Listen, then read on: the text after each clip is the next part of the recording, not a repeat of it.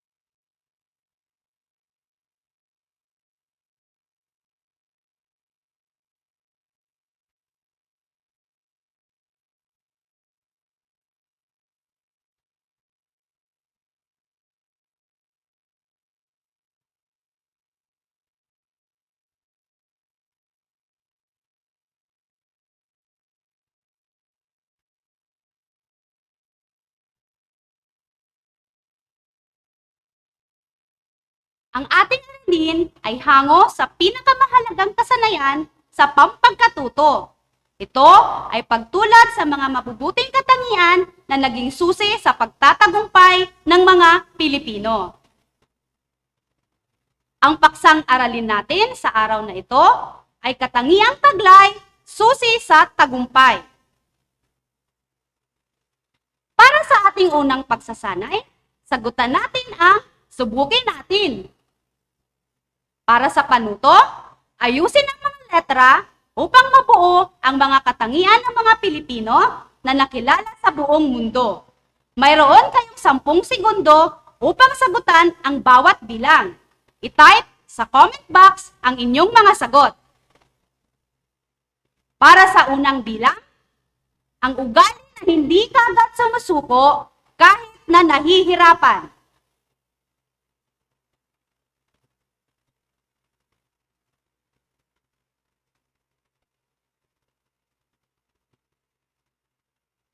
At ang tamang sagot ay matiyaga. Para sa ikalawang bilang, ito ay bagay na ninanais mong makamit balang araw.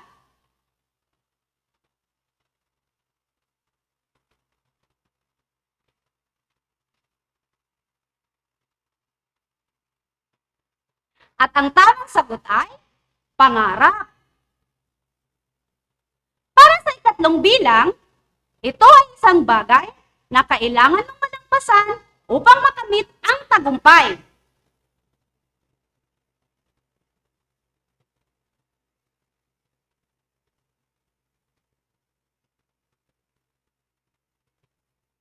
At ang tamang sagot ay pagsubok. Para naman sa ikaapat na bilang, habang may buhay, may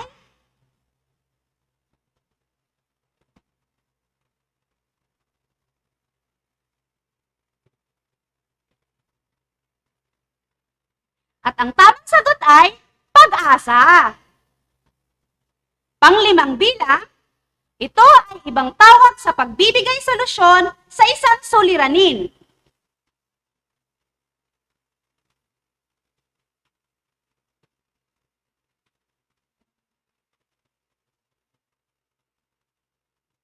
At ang tamang sagot ay remedyo. Magaling mga bata! Nakuha ninyong lahat ang tamang sagot. Sa ating gawain na ito, pinapakita ang iba't ibang katangian ng mga Pilipino na nagtagumpay at nakilala sa buong mundo. Pag tayo ay may pangarap, tayo ay maging matiyaga sa pag-abot nito. Kahit na may dumarating na mga pagsubok, huwag tayong mawala ng pag-asa dahil lahat ng suliranin ay may kaakibat na remedyo. Ngayon, ating balikan ang nakaraang aralin. Basahin at unawain ang bawat pangungusap. I-type ang tama o mali sa comment box. Mayroon kayong 10 segundo upang sagutan ang bawat bilang. Para sa unang bilang, pahalagahan ang mga taong nagmamahal sa iyo. Tama o mali?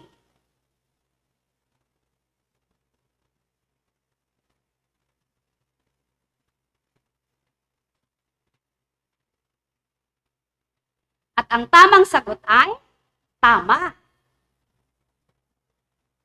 Para sa pangalawang bilang, ang taong may pangarap sa buhay ay hindi sumusuko sa mga pagsubok. Tama o mali?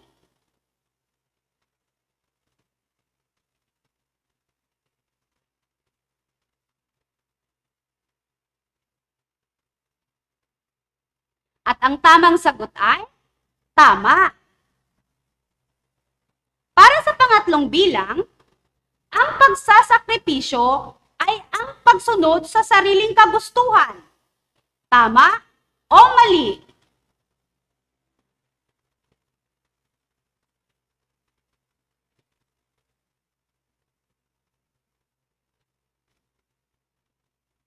At ang tamang sagot ay mali. Para sa pang-apat na bilang, ang pagbibigay ng tulong sa mga nangangailangan ay nagpapakita ng kabayanihan lalo na sa panahon ng pandemya. Tama o mali?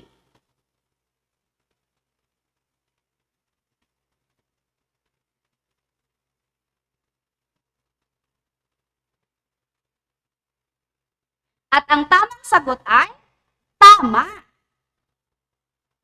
Para sa panglimang bilang, ang taong masipag at matiyaga ay nagtatagumpay sa buhay. Tama o mali?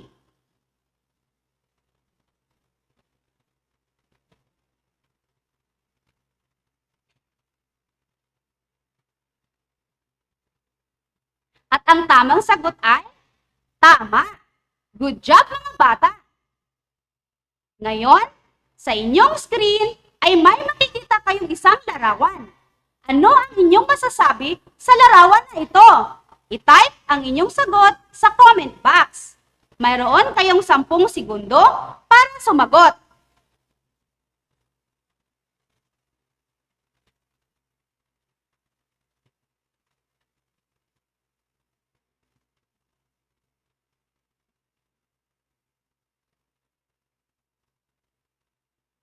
Tama!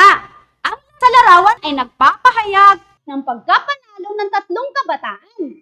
Maaari sa isang laro o kaya sa isang paligsahan. Ito ay nagpapakita ng isang pagtatagumpay sa larangan ng isang patimpalak. Ngayon, pakinggan ninyo ang isang kwento naman na nagpapakita ng pagtatagumpay sa buhay ng isang nangarap at nagtiyaga na individual para maabot niya ang kanyang minimiti sa buhay. Ang kwentong inyong mapakinggan ay pinamagatang Kwento ng Pagtatagumpay na akda ni R.R. Rivadillo. Pagkatapos sa pakinggan ang kwento, may mga ilang katanungan kayong sasagutan. Kaya, makinig ng mabuti. Kwento ng Pagtatagumpay na akda ni R.R. Rivadillo. Sa isang bayan ng Bulacan ay naninirahan ang pamilya ni Marites. Nais niyang maging isang bihasang doktor.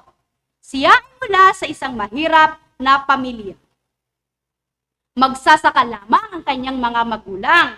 Subalit, sa kabila ng kanilang kahirapan, ay iginapang siya ng kanyang magulang upang makapagtapos ng high school. Nang siya ay mag-aaral na sa kolehiyo, ay kinausap siya ng kanyang ina na baka hindi na nila matustusan ang gastusin nila para sa kanyang matrikula. Dahil sapat-sapat lamang para sa kanilang pangangailangan ang inaani nila sa bukid at may mga nakababata pa siyang kapatid na pinag-aaral. Subalit, hindi nawalan ng loob si Marites. Sa halip, ginamit niya ang kanilang kahirapan bilang inspirasyon upang patuloy na mangarap at magsikap para makamit niya ang minimithi sa buhay. Dahil siya ay matalino, kumuha siya ng scholarship sa DOST. Ito ay isang institusyon na tumutulong sa mga mag-aaral na may angking talino at may kakayahan sa larangan ng siyensya. Magbibigay sila ng suportang pinansyal sa mga mag-aaral na makapapasa dito. Dahil siya ay matalinong bata, pumasa din siya sa entrance exam sa isang kilalang pampublikong universidad sa lungsod ng Maynila. Dito niya pinagsikapang abutin ang kanyang mga pangarap. Hindi siya sumuko, bagamat mahirap ang kanyang pinagdadaanan. At matapos ang 10 taon ng kanyang pag-aaral at pagpupunyagi, ay nakamit niya ang diploma ng pagtatapos bilang isang doktor. Sa kasalukuyan, ay naglilingkod siya sa kanyang mga kababayan kung saan siya nagmula. Hindi niya ipinagkakait ang tulong sa mga pasyenteng nangangailangan ng kanyang tulong, lalo na ngayon na tayo ay humaharap sa isang pandemya. At ngayon mga bata, tingnan natin kung naunawaan ninyo ang kwentong inyong napakinggan. Sagutan natin ang ilang mga katanungan. Basahin ang sumusunod na pangungusap. I-type ang wastong sagot sa comment box. Mga bata, mayroon kayong 10 segundo upang sagutan ang bawat katanungan. Para sa unang bilang, narito ang katanungan. Tungkol saan ang kwentong inyong napakinggan? A. Kwento ng katalinuhan ni Marites? B. Ito ay kwento ng kahirapan? C. Kwento ng tagumpay na bunga ng pagsisikap? D. Walang wastong sagot sa pagpipilian.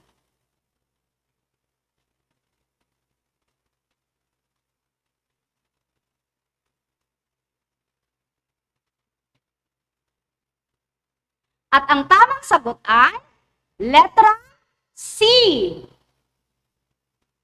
Para sa pangalawang katanungan, sino ang pangunahing tauhan sa kwento? A. Marisol, B. Mariposa, C. Marites, D. Marina.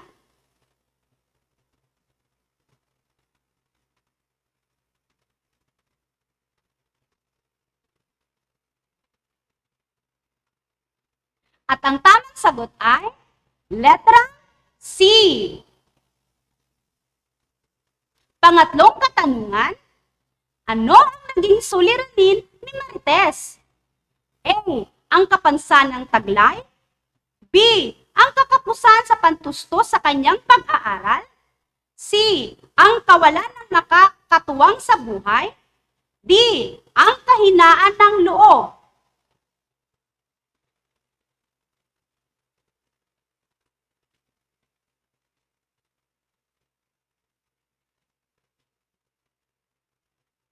At ang tamang sagot ay letra B.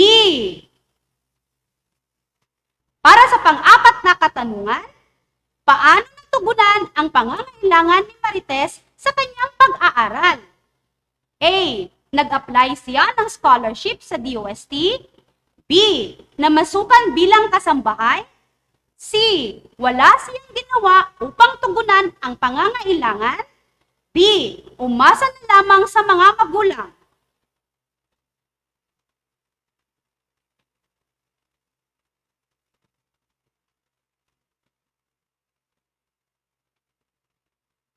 At ang tamang sagot ay letra A. Para sa panglimang katanungan, ano ang kanyang mga naging inspirasyon upang hindi sumuko? A. Ang kanyang nobyo. B. Ang kanyang kahirapan. C. Ang kapansanang taglay. D. Ang mga taong walang tiwala sa kanyang kakayahan.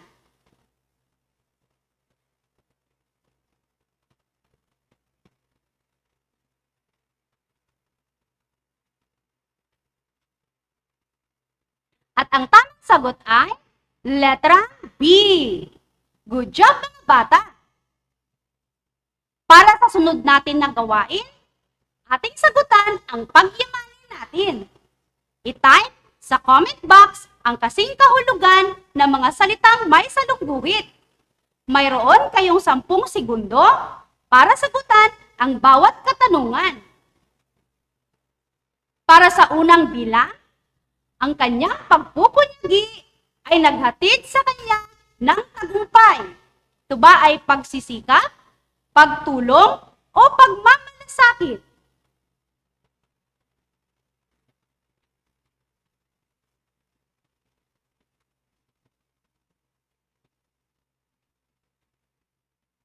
At ang tamang sagot ay pagsisikap.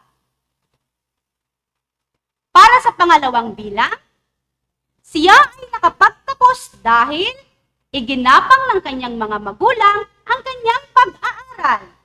Ito ba ay pinagsikapan, pinabayaan, o pinahintulutan?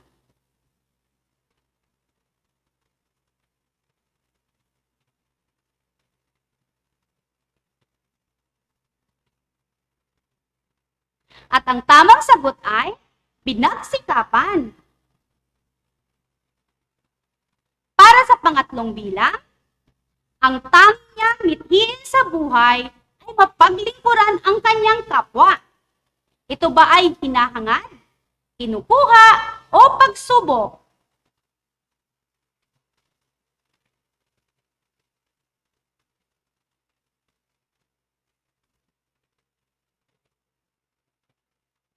At ang tamang sagot ay hinahangad. Para sa pang-apat na bilang, hindi niya ipinagkait ang tulong sa kanyang kababayan. Ito ba ay pinagdamot, ibinigay, o kinuha?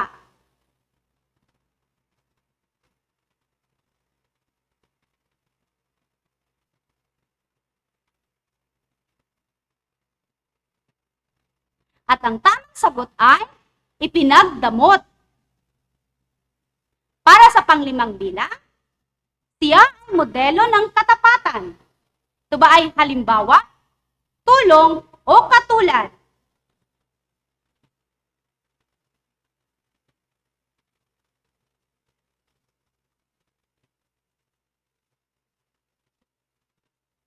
At ang tamang sagot ay halimbawa. Tandaan at isa-isip natin na hindi hadlang ang kahirapan kahirapan upang maging matagumpay sa buhay. Ang tagumpay ay hindi batay sa swerte, kundi sa ilang hakbang na tatahakin at gagawin ng isang individual na sasamahan ng mga natatanging katangian gaya ng pagiging matapat, masipag, matiyaga, may pagsasakripisyo at may takot sa Diyos para maabot ang mga pangarap. Para sa ating huling gawain, sagutan natin ang tayahin. Unawaing mabuti ang nakasaad sa pangungusap.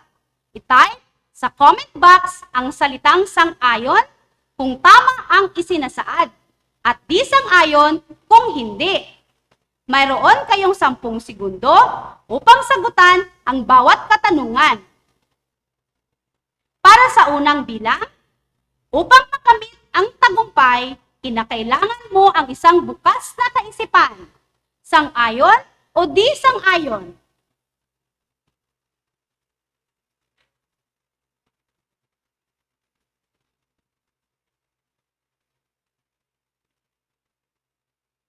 At ang tamang sagot ay sang-ayon. Para sa pangalawang bilang, huwag mong pansinin ang anumang mungkahi ng iyong mga mahal sa buhay. Sang-ayon o di sang-ayon?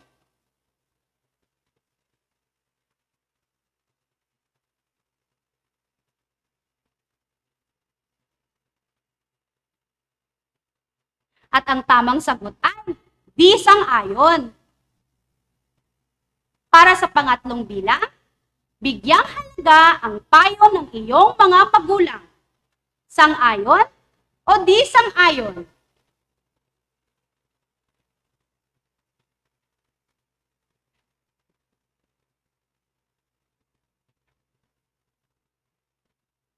At ang tamang sagot ay sang-ayon. Para sa pang-apat na bilang, isipin mo palagi ang iyong sarili bago ang iba. Sang-ayon o di sang-ayon?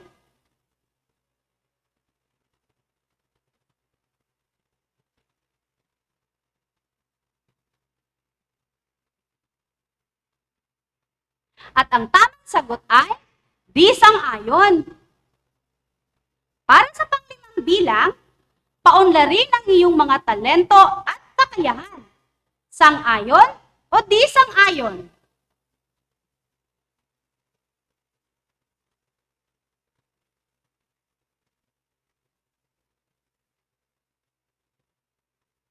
At ang tamang sagot ay sang-ayon.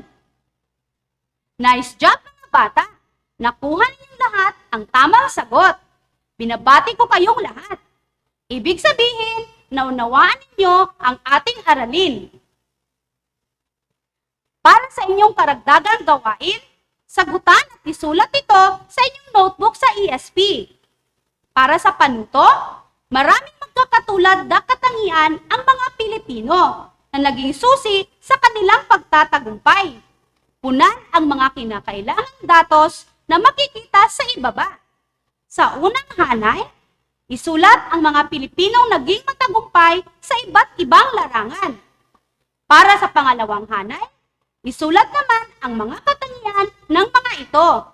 At para sa panghuling hanay, isulat naman ang kanilang mga nakamit na tagumpay. Lubos ang aking paniniwala na may naunawaan kayo ngayong araw na ito. Maraming salamat sa inyong pakikisa at pakikinig sa ating talakayan at pagsasanay. Muli, ako si Ma'am Maricel A. Manuel, guro sa Antonio X. Serapio Elementary School. Paalam mga bata, mag-iingat lagi!